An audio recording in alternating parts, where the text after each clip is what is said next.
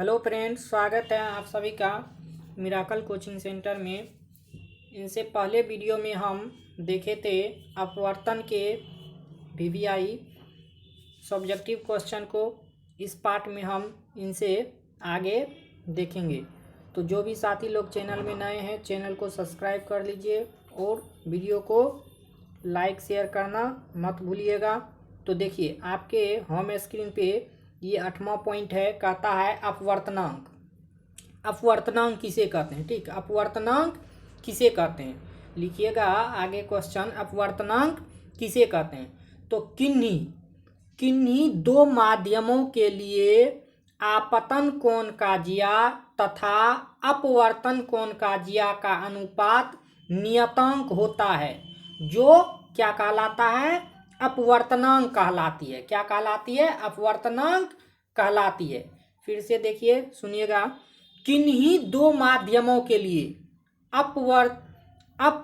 आपतन कोण का जिया तथा अपवर्तन कोण का जिया का अनुपात नियतांक होता है, जो अपवर्तनांक कहलाती है। जो क्या कहलाती है? अपवर्तनांक कहलाती है। ठीक, इसे प्रायः म्यू से सूचित किया जाता है। ठीक, ये ऐसे करके यू रहेगा, इसको यदि टेढ़ा करके ये ऐसे करके यू बना देंगे तो ये क्या कहलाएगा? म्यू कहलाएगा। ठीक, ये म्यू कहलाता। ठीक, तो अपवर्तनांक को म्यू से सूचित किया जाता है। ठीक, नेक्स्ट पॉइंट लिखिएगा। नंबर कहता है अपवर्तनांक कितने प्रकार के होते हैं? अपवर्तनांक कितने प्रकार के होते हैं? तो अपवर्तनांक दो प्रकार के होते हैं। अपवर्तनांक कितने प्रकार के होते हैं?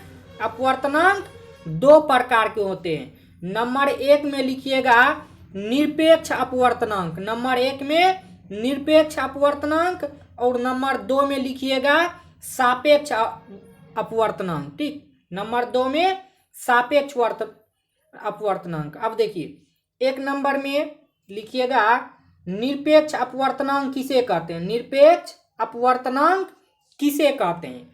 तो देखिए, निरपेक्ष अपवर्तनांक किसको कहते हैं? निर्वात में प्रकाश की चाल, निर्वात में प्रकाश की चाल तथा दिए गए माध्यमों में प्रकाश की चाल के अनुपात को दिए गए माध्यमों का निरपेक्ष अपवर्तनांक कहते हैं। ठीक, दिए गए माध्यमों का क्या कहते हैं? अपवर्तनांक कहते हैं। निर्वात में प्रकाश की चाल तथा दिए गए माध्यम में प्रकाश की चाल के अनुपात जो होता है, वो दिए गए माध्यम का निरपेक्ष का क्या होता है? अपवर्तनांक होता है। इसे प्रायः एन, यानी कि ऐसे करके जो एन लिखते हैं, एन से या म्यू से सूचित किया जाता है। ठीक, एन से या म्यू से सूचित किया जाता है। ठीक, अब लिखिएगा सापेक्ष अपवर्तनांक किसे कहते हैं? सापेक्ष अपवर्तनांक किसे कहते हैं? ठीक, नंबर 2 सापेक्ष अपवर्तनांक किसे कहते हैं? तो हवा के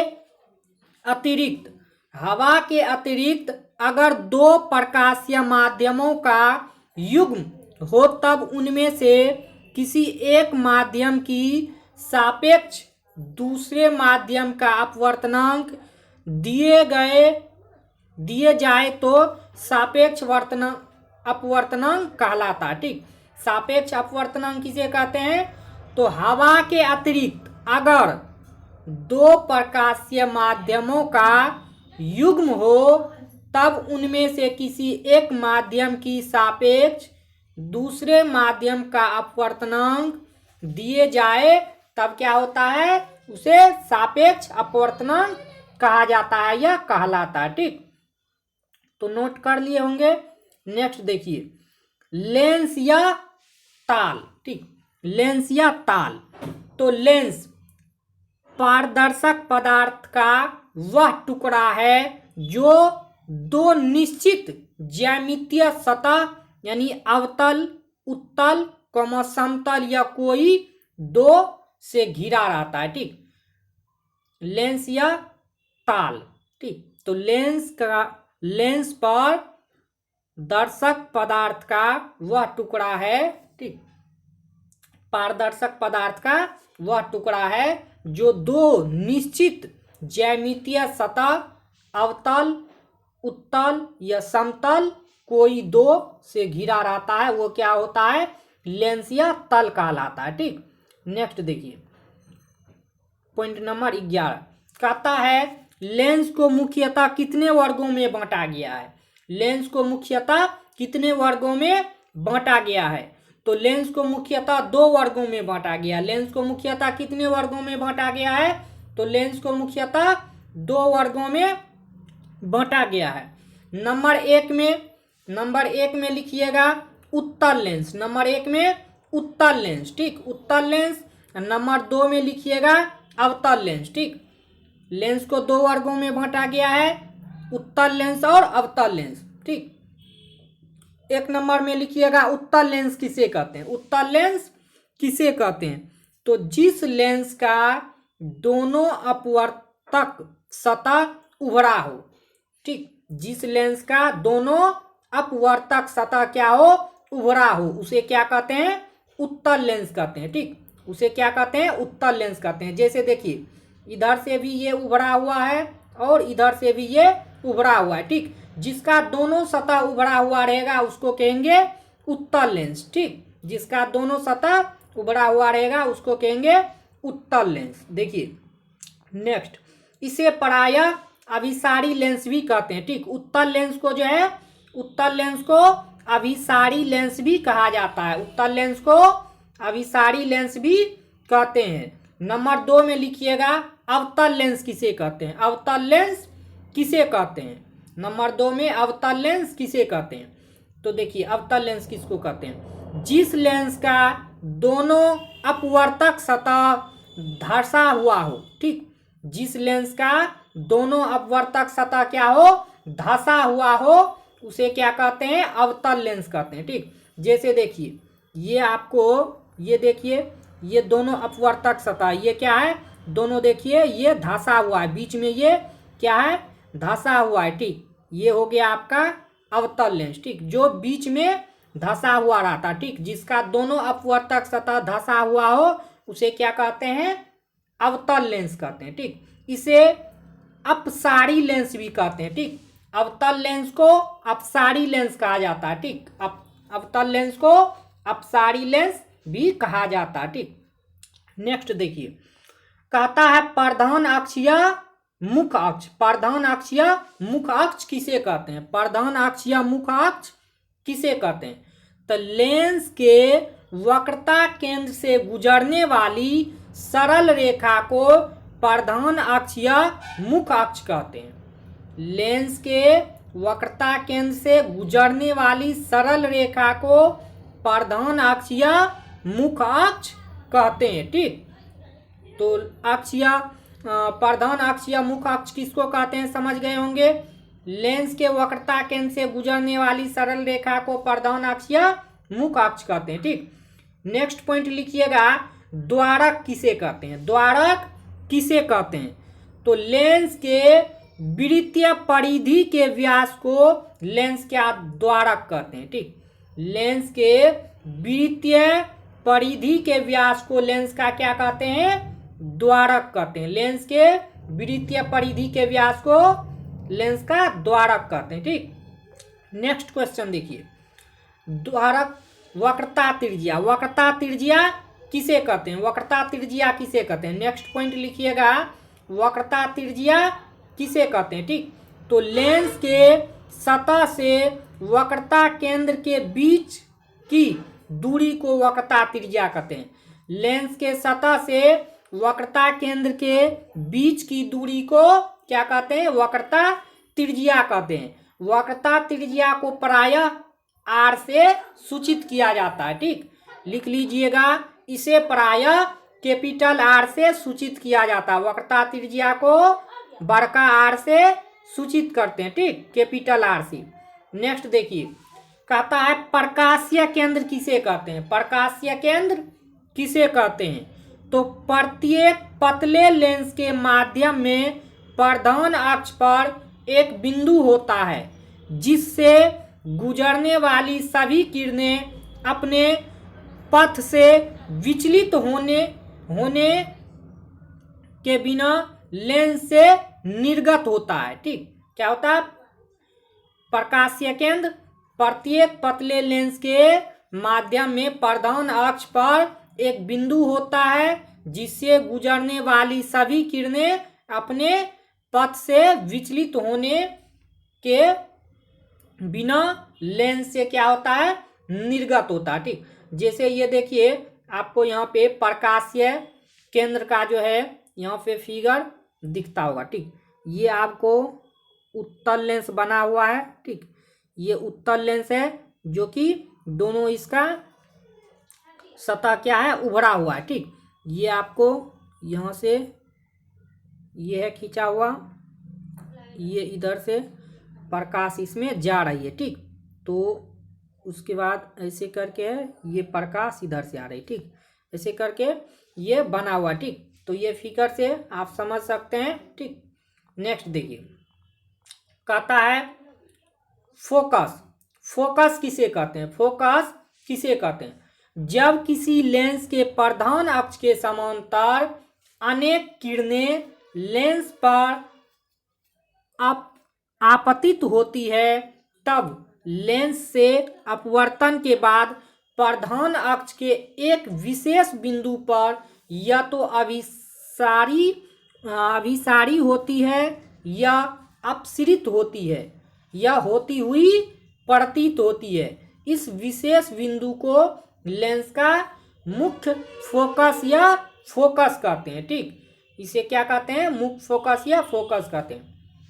तो इसे प्रायः एफ से सूचित किया जाता है। ठीक, इसे प्रायः एफ से सूचित किया जाता है। ठीक, देखिए यहाँ पे ये फोकस किस तरह से बना हुआ है। ठीक, यहाँ पे ये फिगर देखिए उत्तल लेंस में, ये देखिए आपको उत्तल लेंस ये बना हुआ है, ये आपका उत्तल लेंस हो गया। ठीक, ये उत्तल लेंस है। यहाँ पे आप देखिए ये जो है ये प्रधान अक्ष है। ठीक, यहाँ से कोई प्रकाश आती है और लेंस के ये बीच वाले भाग से यहाँ क्या होती है? मुड़ जाती है। ठीक, ये प्रकाश आ रही है, फिर एक प्रकाश इधर से आती है और लेंस के बीच के भाग से इस तरह ऐसे मुड़ जाती है। तो यहाँ जो ये कट रहा है यही हो गया इसका फोकस। ठीक, ये हो गया इसका फोकस। ठीक, इसी तरह से आप देखिए यहाँ फिगर दिख रहा होगा अवतल लेंस का। ठीक, अवतल लेंस का, तो दोनों का स्क्रीनशॉट ले लीजिए और कॉपी कलम जो लेकर के बैठे हैं तो उसमें इस तरह से फिगर बनाने का प्रयास कीजिए। ठीक, देखिए जूम करके भी दिखा देते हैं। ठीक, इस तरह से फिगर बना लेना। ठीक, चलिए नेक्स्ट देखिए, आगे बढ़ते हैं। आगे कहता है फोकस दूरी। फोकस दूरी किसे कहते हैं? फोकस दूरी किसे कहते हैं? प्रकाशीय केंद्र और फोकस के बीच की दूरी को फोकस दूरी कहते हैं। प्रकाशीय केंद्र और फोकस के बीच की दूरी को फोकस दूरी कहते हैं। ठीक, नेक्स्ट क्वेश्चन देखिए, क्वेश्चन नंबर 18। क्वेश्चन नंबर 18 कहता है उत्तल लेंस में प्रतिबिंब की विभिन्न स्थितियां। ठीक, उत्तल लेंस में देखिए प्रतिबिंब की विभिन्न स्थितियां क्या सब होती है। ठीक, नंबर 1 में देखिए, पहले वस्तु की स्थिति, प्रतिबिंब की स्थिति, आकार और प्रकृति कैसा होगा। ठीक, तो जब वस्तु नंबर 1 में जब वस्तु अनंत पर हो, जब वस्तु को अनंत पर रखेंगे तो प्रतिबिंब की स्थिति कहाँ होगी? फोकस पर। जब वस्तु को अनंत पर रखेंगे उत्तल लेंस में तो वस्तु उसकी प्रतिबिंब जो है फोकस पे बनेगा और आकार कैसा होगा? बहुत छोटा होगा। आकार कैसा होगा? बहुत छोटा होगा। प्रकृति वास्तविक तथा उल्टा। प्रकृति क्या होगा? वास्तविक और उल्टा। जब वस्तु को अनंत पर रखेंगे उत्तल लेंस में तो उसका जो है प्रतिबिंब फोकस पे बनेगा और वस्तु बहुत उसका जो है आकार छोटा होगा और प्रकृति वास्तविक तथा उल्टा होगा। ठीक, नंबर 2 में देखिए, जब वस्तु अनंत और वक्रता केंद्र के बीच में हो, जब वस्तु को अनंत और वक्रता केंद्र के बीच में रखेंगे तब प्रतिबिंब की स्थिति फोकस और वक्रता केंद्र के बीच में बनेगा। तब प्रतिबिंब की स्थिति कहाँ होगी? फोकस और वक्रता केंद्र के बीच में, और आकार जो होगा बहुत छोटा होगा। प्रकृति वास्तविक तथा उल्टा रहेगा। ठीक, नेक्स्ट देखिए पॉइंट नंबर 3 कहता है जब वस्तु वक्रता केंद्र पर हो, जब वस्तु को उत्तल लेंस के वक्रता केंद्र पर रखेंगे तब उसका जो है प्रतिबिंब की स्थिति जो होगा वक्रता केंद्र पर ही बनेगा। ठीक, जब वस्तु को वक्रता केंद्र पर रखेंगे उत्तल लेंस में तो प्रतिबिंब कहाँ बनेगा, वक्रता केंद्र पर ही बनेगा। और जितना बड़ा रहेगा वस्तु उतना ही बड़ा वस्तु का प्रतिबिंब बनेगा। आकार क्या रहेगा, बराबर रहेगा। ठीक, आकार क्या होगा, वस्तु का बराबर रहेगा। प्रकृति कैसी होगी, वास्तविक तथा उल्टा। ठीक, प्रकृति हो जाएगा उसका वास्तविक और उल्टा। ठीक, पॉइंट नंबर 4 देखिए जब वस्तु फोकस पर हो, जब वस्तु को फोकस पे रखेंगे उत्तल लेंस में तो प्रतिबिंब कहाँ बनेगा, अनंत पर बनेगा। जब वस्तु को फोकस पर रखेंगे उत्तल लेंस में तो प्रतिबिंब कहाँ बनेगा, प्रतिबिंब की स्थिति अनंत पर होगी। ठीक, अनंत पर बनेगा और उसका आकार जो है बहुत बड़ा होगा। आकार क्या होगा, बहुत बड़ा। और उसका जो है प्रकृति क्या होगी, काल्पनिक तथा सीधा। क्या होगी, प्रकृति काल्पनिक तथा सीधा होगी। ठीक, नेक्स्ट देखिए 5वां नंबर पॉइंट जब वस्तु फोकस और प्रकाशीय केंद्र पर हो, जब वस्तु को फोकस और प्रकाशीय केंद्र पर रखेंगे तब वस्तु का जो है प्रतिबिंब वस्तु से पीछे बनेगा। ठीक, जब वस्तु को फोकस और प्रकाशीय केंद्र पर रखेंगे तो वस्तु जो है वस्तु से उसका प्रतिबिंब वस्तु से पीछे बनेगा और प्रतिबिंब का आकार जो होगा बहुत बड़ा होगा। ठीक, बहुत बड़ा होगा और उसका जो है प्रकृति जो होगी काल्पनिक तथा सीधा होगा। ठीक, काल्पनिक और सीधा होगा। नेक्स्ट पॉइंट देख लीजिए जब वस्तु फोकस और वक्रता केंद्र के बीच हो, जब वस्तु को फोकस और वक्रता केंद्र के बीच में रखेंगे तब उसका जो है प्रतिबिंब की स्थिति वक्रता केंद्र और अनंत के बीच होगा। वक्रता केंद्र और अनंत के बीच होगा प्रकृति। ठीक, उसकी प्रतिबिंब की स्थिति और उसका आकार जो होगा बराबर होगा। ठीक, जितना बड़ा वस्तु रहेगा उतना ही बड़ा उसका प्रतिबिंब बनेगा और उसकी प्रकृति हो जाएगी वास्तविक तथा उल्टा। ठीक, देखिए वीवीआई नेक्स्ट पॉइंट ये स्टार वाला है, इसको देख लीजिए। कहता है हवा में प्रकाश की चाल, हवा में प्रकाश की चाल यदि आपको पूछे तो 3 × 10⁸ मीटर प्रति सेकेंड होता है। ठीक, हवा में प्रकाश की चाल कितना होता है, 3 × 10⁸ मीटर प्रति सेकेंड। कितना होता है हवा में प्रकाश की चाल, 3 × 10⁸ मीटर प्रति सेकेंड। यदि बोलेगा आपको पानी में प्रकाश की चाल क्या होता है, ठीक, पानी में यदि पूछे प्रकाश की चाल क्या होता है तो पानी में प्रकाश की चाल होता है 2.25 × 10⁸ मीटर प्रति सेकेंड। पानी में प्रकाश की चाल क्या होता है 2.25 × 10⁸ मीटर प्रति सेकेंड। यदि बोलेगा आपको कांच यानी शीशा में, कांच में बोलेगा प्रकाश की चाल क्या होता है, कांच में प्रकाश की चाल क्या होती है तो कांच में प्रकाश की चाल होती है 2 × 10⁸ मीटर प्रति सेकेंड। क्या होता है कांच में प्रकाश की चाल 2 × 10⁸ मीटर प्रति सेकेंड होता। ठीक, तो ये तीनों को जरूर जो है इम्पोर्टेंट मार दीजिएगा। ठीक, वीवीआई ये ऑब्जेक्टिव में जरूर ही पूछेगा। ठीक, देखिए नेक्स्ट क्वेश्चन कहता है जब वस्तु अनंत पर हो, देखिए जब वस्तु को अनंत पर रखेंगे तब जो है प्रतिबिंब कैसे बनेगा। यहाँ पे देखिए आपको फिगर में दिख रहा होगा, ये आपको यहाँ से ये प्रकाश आया हुआ। ठीक, यहाँ से क्या हुआ है ये इधर मुड़ गया है, फिर इधर से ये प्रकाश आया है, यहाँ से आने के बाद यहाँ मुड़ गया। ठीक, ये देखिए फोकस पे आकर के क्या हो रहा है, मिल रहा है। ठीक, तो आपको पता होगा लेंस में कितने फोकस होते हैं, लेंस में दो फोकस होते हैं, ठीक। लेंस में दो फोकस होते हैं, ठीक। दर्पण में एक फोकस होता है, ठीक। तो ये देखिए आपको उत्तल था, उत्तल लेंस है। जब वस्तु अनंत पर हो तो क्या होगा, कैसा प्रतिबिंब बनेगा, तो यहाँ फिगर देख लीजिए और नीचे देखिए, नीचे नेक्स्ट फिगर देखिए। कहता है जब वस्तु अनंत और वक्रता केंद्र के बीच में हो, ठीक। जब वस्तु अनंत और वक्रता केंद्र के बीच में होगा तब उसका फिगर कहाँ बनेगा, देखिए। जब वस्तु अनंत और वक्रता केंद्र के बीच में होगा तो कहाँ पे उसका प्रतिबिंब बनेगा, ये फिगर में आप देख सकते हैं, ठीक।